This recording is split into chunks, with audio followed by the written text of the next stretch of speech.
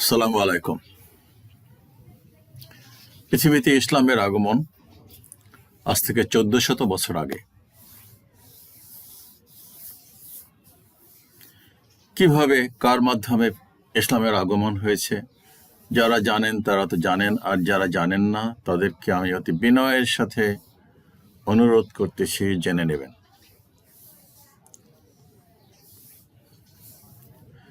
চোদ্দশো বছর 570 সালে নবী মুহাম্মদ সাল্লাল্লাহু আলাইহি ওয়াসাল্লামের জন্ম। আজকে 2026 সাল। যাই হোক, এই সুদীর্ঘ সময়ের মধ্যে 57টা মুসলিম দেশ পৃথিবীতে প্রতিষ্ঠা লাভ করেছে।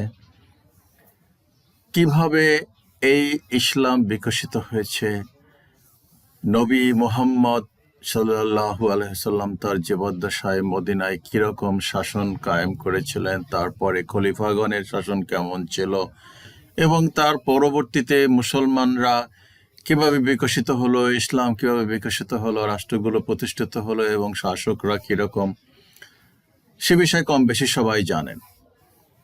আর এই মাত্র 19 শতকে বা 18 শতকে এই যে আমেরিকার আজকে একটা পরাশক্তি পৃথিবীতে, তারা কিভাবে প্রতিষ্ঠিত হলো, আজকের আমেরিকা কিভাবে এখানে আসলো, তার একটা ছোট্ট বর্ণনা শোনেন, তারপরে আবার কথা বলবো। আজ আমেরিকার অভিবাসীদের বলা হচ্ছে আক্রমণকারী, বলা হচ্ছে তারা দখলদার, এমনকি বলা হয়েছে তারা আমেরিকার দেশের রক্ত দূষিত করছে। শুনতে কেমন লাগে? ভয় লাগার মতো ভাষা। আর ভয় দেখানোর ভাষা মানেই কঠোরতা জায়েজ করার চেষ্টা। কিন্তু একটি প্রশ্ন আছে, ইনভেনশন যদি সত্যি এত বড় অপরাধ হয়, তাহলে আমেরিকার জন্মটা কি ছিল? এই রাষ্ট্র যে দাঁড়িয়েছে সেটা কি চুক্তিভঙ্গ, ভূমি দখল আর স্থানীয় জনগোষ্ঠীর উচ্ছেদের ওপর দাঁড়ায়নি? আজ যারা অন্যকে ইনভেডার বলছে, ইতিহাসে আসল ইনভেডার কারা ছিল? আসল ইনভেডারের গল্প বুঝতে হলে আগে যেতে হবে আটলান্টিকের ওপারে, সপ্তদশ শতাব্দীর ইংল্যান্ডে। তখন ইংল্যান্ডে এনক্লোজার মুভমেন্ট, গ্রামে সাধারণ জমি ঘিরে নিল ধনী জমিদাররা। কৃষক মুহূর্তেই ভূমিহীন। জমিদারদের কাছে ভেড়া পালন লাভজনক, মানুষ নয়। কাজের আশায় মানুষ ছুটল লন্ডনে, কিন্তু লন্ডন তখন স্বপ্ন নয়, গাদাগাদি, আবর্জনা, দূষণ আর মহামারীর রাস্তাকুর। ধনীরা পালায়, গরিবরা কবর খোঁড়ে। শাসক গোষ্ঠীর সমাধান, বাড়তি মানুষ সরিয়ে দাও। আমেরিকা তাদের কাছে স্বপ্নপুরী নয়, মানুষের ডাম্পিং গ্রাউন্ড, সাথে বোনাস, স্পেনের বিরুদ্ধে শক্তি বাড়ানোর সুযোগ। এখানে ঢুকে যায় তখনকার কর্পোরেট জগৎ। 1606 সালে রাজা প্রথম জেমস চার্টার দিলেন ভার্জিনিয়া কোম্পানি অফ লন্ডনকে। আজকের ভাষায় বললে জয়েন্ট স্টক কোম্পানি। লক্ষ্য দুটো, সোনা আর মুনাফা। বিনিয়োগকারীরা নিজেরা যাবে না, যাবে গরিব মানুষ। লটারির টিকিট বিক্রি হবে, প্রচার হবে আমেরিকায় গেলেই অফুরন্ত সোনা আর উর্বর জমি। বাস্তবতা, 1607 সালে 3টি জাহাজ, সুসান কনস্ট্যান্ট, গডস্পিড, ডিসকভারি, 104 জন যাত্রী নিয়ে নোঙর করল ভার্জিনিয়ায়। জায়গার নাম দিল জেমস টাউন। বসতি নয়, মৃত্যুপুরী। যাদের পাঠানো হলো তাদের বড় অংশ ছিল তথাকথিত জেন্টলম্যান, কায়িক শ্রমে অচেনা, কৃষিকাজ জানে না, জানতেও চায় না। ভাবনা একটাই, সোনা কুড়াবো, না হলে ভয় দেখিয়ে খাবার নেব। তারপর এলো 1609 থেকে 1610, স্টার্ভিং টাইম। খাবার নেই, ঘোড়া খাওয়া হলো, কুকুর, বিড়াল, ইঁদুর খাওয়া হলো, বোট জুতো সেদ্ধ করে তাও খাওয়া হলো। ক্ষুধা যখন আইন মানে না, তখন মানুষ আর মানুষ থাকে না। জর্জ পার্সি ডায়েরিতে আছে কবর থেকে লাশ তুলে খাওয়ার কথা। বহুদিন এটাকে অতিরঞ্জন বলা হতো, কিন্তু 2013 সালে প্রত্নতাত্ত্বিক প্রমাণে মেলে। জেমস টাউনের আবর্জনা স্তূপে 14 বছরের এক কিশোরীর দেহাবশেষ, খুলিতে আঘাতের চিহ্ন, মৃত্যুর পর মাথা কেটে মগজ বের করার প্রমাণ। এটা কোনো আচার নয়, এটা ছিল বাঁচার জন্য নরমাংস ভোজন। অর্থাৎ সভ্যতা নামের যে নৈতিক বক্তৃতা আজ শোনানো হয়, শুরুর পাতায় লেখা আছে অনাহার, লোভ এবং কর্পোরেট মুনাফার চাপে মানুষ ভাঙার গল্প। এবার উত্তরে নিউ ইংল্যান্ড, ম্যাসাচুসেটস। এখানে সোনা নয়, ধর্মের মিশন। পিউরিটানরা ভাবলো তারা ঈশ্বরের নির্বাচিত জাতি, আর আমেরিকা তাদের প্রমিসড ল্যান্ড। সমস্যা হলো এই প্রমিসড ল্যান্ড কারো ছিল না এমন অভিনয় তারা করলো। দাঁড় করালো এক আইনি তত্ত্ব, ভ্যাকুয়াম ভ্যামিসিলিয়াম বা শূন্যগৃহ। যুক্তি হচ্ছে আদিবাসীরা ইউরোপীয়দের মতো ভেড়া দেয় না, পাথরের ঘর তোলে না, তাই তারা জমির মালিক নয়। এই যুক্তিতে 1000 বছরের বসত ভিটা হয়ে গেল খালি জমি। মানে আমি যেমন থাকি সেই রকম না হলে আপনার বাড়ি আপনার না। অথচ বাস্তবতা ছিল উল্টো। আদিবাসীরা বন পরিষ্কার করত, ঋতু অনুযায়ী চাষ করত, বাস্তুতন্ত্র রক্ষা করত। ইউরোপীয়রা যেটাকে জঙ্গল বলল সেটা অনেক জায়গায় ছিল মানুষের যত্নে গড়া বিশাল পার্কের মতো। তারপর এলো রোগ, ইউরোপীয় নাবিকদের হাত ধরে গুটি বসন্ত। 1616 থেকে 1619 মধ্যে উপকূলীয় গ্রামগুলোতে মহামারী, 90% আদিবাসী মারা যায়। ম্যাসাচুসেটসের বে কলোনি গভর্নর জন উইনথ্রপ 1634 সালে চিঠিতে লিখলেন, স্থানীয়দের মধ্যে প্রায় সবাই গুটি বসন্তে মারা গেছে, তাই প্রভু আমাদের জন্য জমির মালিকানা পরিষ্কার করে দিয়েছেন।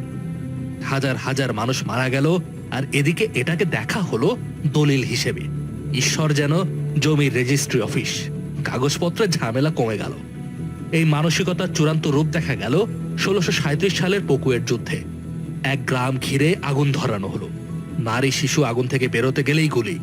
প্রায় 400 থেকে 700 মানুষ জীবন্ত দগ্ধ হয়ে মারা যায়। নেতারা বলল ঈশ্বরের কাছে মিষ্টি বলিদান। এটাকে অপরাধ ভাবা হয়নি, ধর্মযুদ্ধ ভাবা হয়েছে। কাজে এখানে একটা প্যাটার্ন স্পষ্ট, জমি চাই, নৈতিকতা না।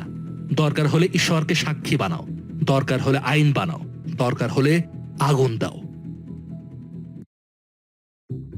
যুদ্ধই একমাত্র পথ ছিল না, আর এক পথ ছিল কাগজ, প্রতারণাপূর্ণ চুক্তি, আইনি ভাষায় বোকা বানানো, জোর করে সই করানো।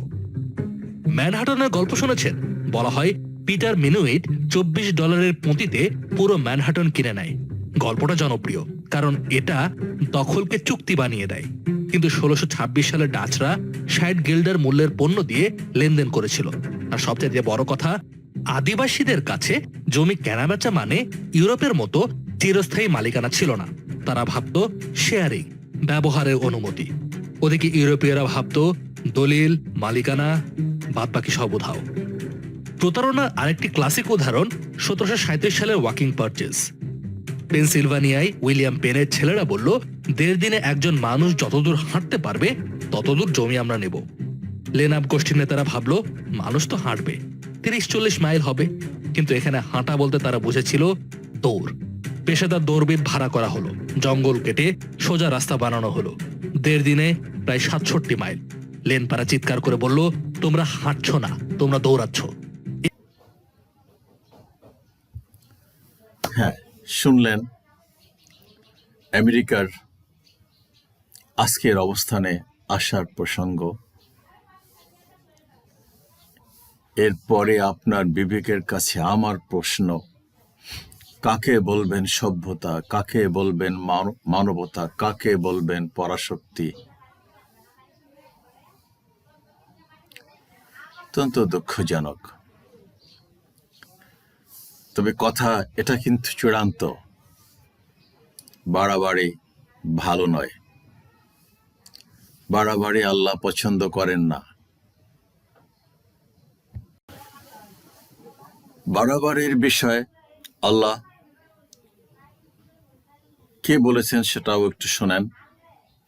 সূরা আন-নিসা আয়াত 171, হে কিতাবীগণ, নিজেদের ধর্ম বিষয়ে বাড়াবাড়ি করো না এবং আল্লাহ সম্পর্কে সত্য ছাড়া অন্য কিছু বলো না। সূরা আল মাইদা আয়াত 77, বলুন, হে আহলে কিতাবগণ, তোমরা নিজ নিজ ধর্মে অন্যায়ভাবে সীমা লঙ্ঘন করো না এবং এমন সম্প্রদায়ের অনুসরণ করো না যারা পূর্বে বিভ্রান্ত হয়েছে এবং বহু মানুষকে বিভ্রান্ত করেছে এবং সরল পথ থেকে বিচ্যুত হয়েছে। যুদ্ধের ক্ষেত্রে কি বলা হয়েছে? সূরা আল বাকারা আয়াত 190, আর তোমরা আল্লাহর পথে তাদের বিরুদ্ধে যুদ্ধ করো যারা তোমাদের বিরুদ্ধে যুদ্ধ করে। তো ঠিক আছে, আমার বিরুদ্ধে যদি কেউ আমাকে যদি তাড়া করে, তাহলে আমাকেও তো রুখে দাঁড়াতে হবে। কিন্তু সীমা লঙ্ঘন করো না, নিশ্চয় আল্লাহ সীমা লঙ্ঘনকারীদের ভালোবাসেন না। কি বলবেন? এটা ইসলামী অনুশাসন। আজকের পৃথিবীতে আমাকে যদি বলতে বলেন, তাহলে আমি বলবো একটা দানবীয় শাসন চলতেছে। মানুষগুলো সব দানব রাক্ষস হয়ে গেছে। দেখেন না, ওখানে মানুষের মগজ তুলে খেয়েছে, মানুষের মগজ বের করে খেয়েছে, কবর থেকে লাশ বের করে সেটা খেয়েছে, ইতিহাস তাই বলে। তবে পতন মনে হয় আমার মতে খুব একটা দূরে নয়। আমি হয়তো থাকবো না, কিন্তু আমার প্রাণপ্রিয় নতুন প্রজন্ম আশা করি স্বচক্ষে দেখতে পাবেন। আল্লাহ হাফেজ, সালাম আলাইকুম।